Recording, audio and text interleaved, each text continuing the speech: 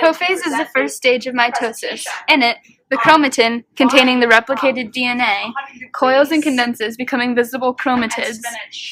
The two sister chromatids then bind together into an X shape. Next, a structure called the mitotic spindle, called an aster in its early stages, begins to form. It's made of long proteins called microtubules that begin forming at opposite ends of the cell around the centrioles. The spindle will be responsible for separating the sister chromatids into two cells. The next phase is metaphase. During metaphase, the chromosomes are condensed and coiled. Chromosomes carrying genetic information move halfway between the poles of the cells to the metaplate. Then the spindle fibers, which are these, attach to the centromere of each chromosome. The spindle fibers are located at opposite poles and spin from cylindrical pairs of centrioles made of tubulin proteins. The centromere of the chromosome is the area in which the two kinetochores lie, and it connects the sister chromatids. There are two types of kinetochores in the chromosome. There is the inner and the outer kinetochores. The inner kinetochore has a similar function of the centrosome. The outer kinetochore is used for microtubule binding and later for anaphase movement.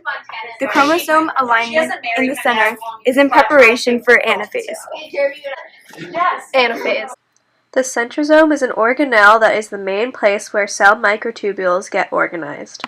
The spindle fibers shorten and pull apart the chromosome when attached to the kinetochore, so one copy of the chromosome goes to each part of the cell.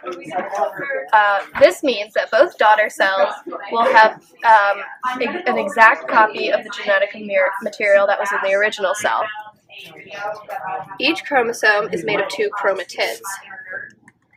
The chromatids are the unreplicated piece of DNA. Each new cell will get one chromatid. Chromatids are made of very tightly wound up chromatin, the combination of DNA, the pink line, wrapped around histones, the blue and white squares.